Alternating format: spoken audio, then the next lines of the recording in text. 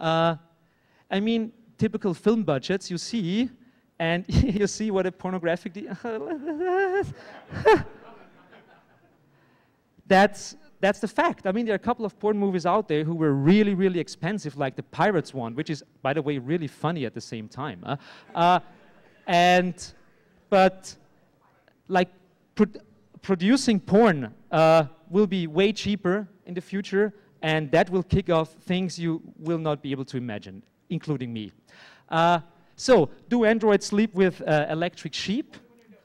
Only when we're desperate, that's right. And I see some desperate faces here. Arse Electronika, the second one, including a couple of really interesting short stories. So it's not only a reader with like essays, but there's also a couple of really good science fiction short stories in this one. So Rudy Rucker, Cory Doctorow, you know, the steampunk guy, and a couple of other people. You see Karen Harris, Kid O'Donnell, Tom Roche, Violet Blue. I'm not sure how you think about the whole Violet Blue thing, but whatever, she's in there, and good.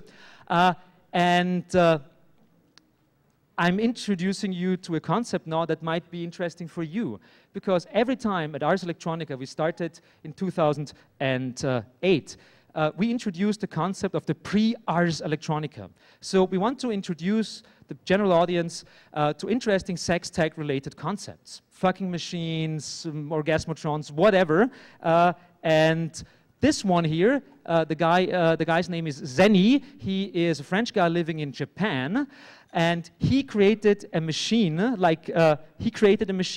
that a software program that's connected to a dildo, a vibrator actually, and it only vibrates in two cases, like it's two different machines. The first machine only vibrates if there is a pretty decent seismic activity somewhere on the planet. So if there's an earthquake, the dildo starts. He calls it a series of controversial dildos because he's connecting sex and death. So if people die somewhere in Haiti, and it kind of makes a strange click in your head if you think about that. The second one is actually vibrating if there is civilian body count in Iraq. So if the US military kills people in Iraq, and it was sitting there on the table and buzzing and buzzing and buzzing, and it made me sick, and it was good. We also have machines, they're kind of like this one. I wouldn't try it, it's kind of hard, but some people are into it.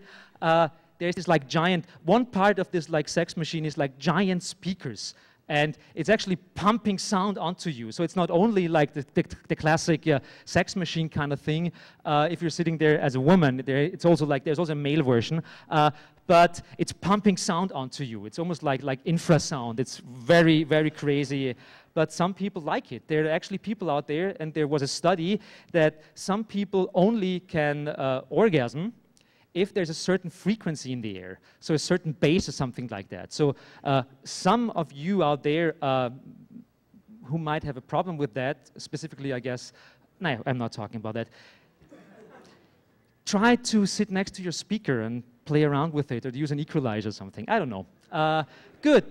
That's David Fine, a good friend of mine. He's also a sex robot. He's from the 25th century, and he came back to meet us. In 2009, we talked about intercourse and intracourse. The basic idea was sexuality, genetics, biotech, wetware, body modifications, and especially talking about that and the gender problem. The gender problem is most of porn, most of sex tech is targeted to men. That doesn't mean that sex machines are targeted to men because they wouldn't use them, because most of them are way too afraid using them.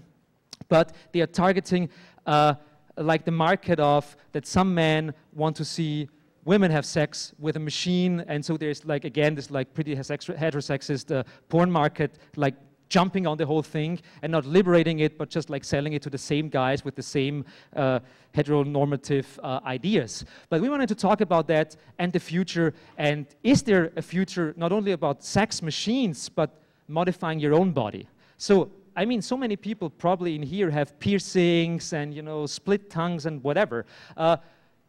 would there be a future, or should there be a future of probably having like 2 penises or 2 clits or whatever? I don't know. There are many, many people out there thinking about body modification and genetical engineering and sex.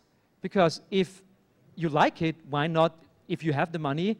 Some people like this like crazy Cirque du Soleil guy, he flew into space for a couple of $1 million to the ISS. Some other crazy millionaire would say like, well, come on, I need a second dick now. Yeah. It's not possible right now, but there is always the future. And the problem is, the future is like the Jetsons plus rape. And it should not happen. I like that better, without the rape. But you all know 4chan. I mean, I think the optimum future for 4chan would be that, okay? But I think we can change that. I think there is a possibility to just like go beyond this like strange, like patriarchal thing that we have going on right here. And it's a little bit, of course, here because more hackers are male and female. Think about it. If you start a hackerspace, try to bring in more female people. Yeah? Bring them in, really. I mean that, because we don't want to have like sausage parties, okay? Bring them in, because hackerspaces and the hacker movement is about teaching. It's about learning. And you can learn so much if you just like do not block off 50% of the planet's population, okay? Just learn more. This thing, for example, would not have happened if there wouldn't be a very open culture in the hackerspace noise bridge in San Francisco. Because one of the female members, Annie Niao, she built a steampunk vibrator. This one here. It's actually working with steam. You pump steam into it, and it vibrates. I mean, that stuff, I mean, look at that. It's really good. It's a really good piece of machinery, yeah?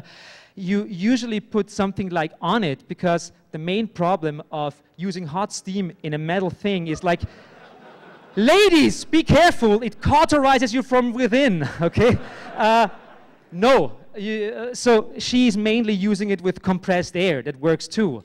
But still, it's an interesting concept of using steam to run a vibrator. She won the Prix Arse Electronika last year for this machine. Another winner of the Prix Arse Electronika was this thing here. I mean, you can see a lot, but it's a guy who was really interested in non-human sex. So he was interested in plant sex.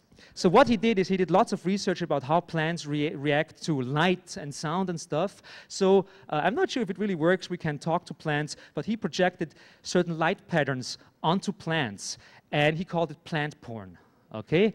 So we thought that's quite interesting. Someone is thinking of plants. Let's have a plant porn win one of the Prix Arse Electronikas. Another award went to Jason Scott, who is somewhere in the back there. And Jason Scott won the award because we felt it highly appropriate, because he's investing so much time collecting smut from the early days of the internet and FidoNet and BBS systems. He has such a huge collection of ASCII porn and, you know, like Apple II porn, whatever. He's probably the biggest source on the planet for like pre-VGA porn. So we said, hey,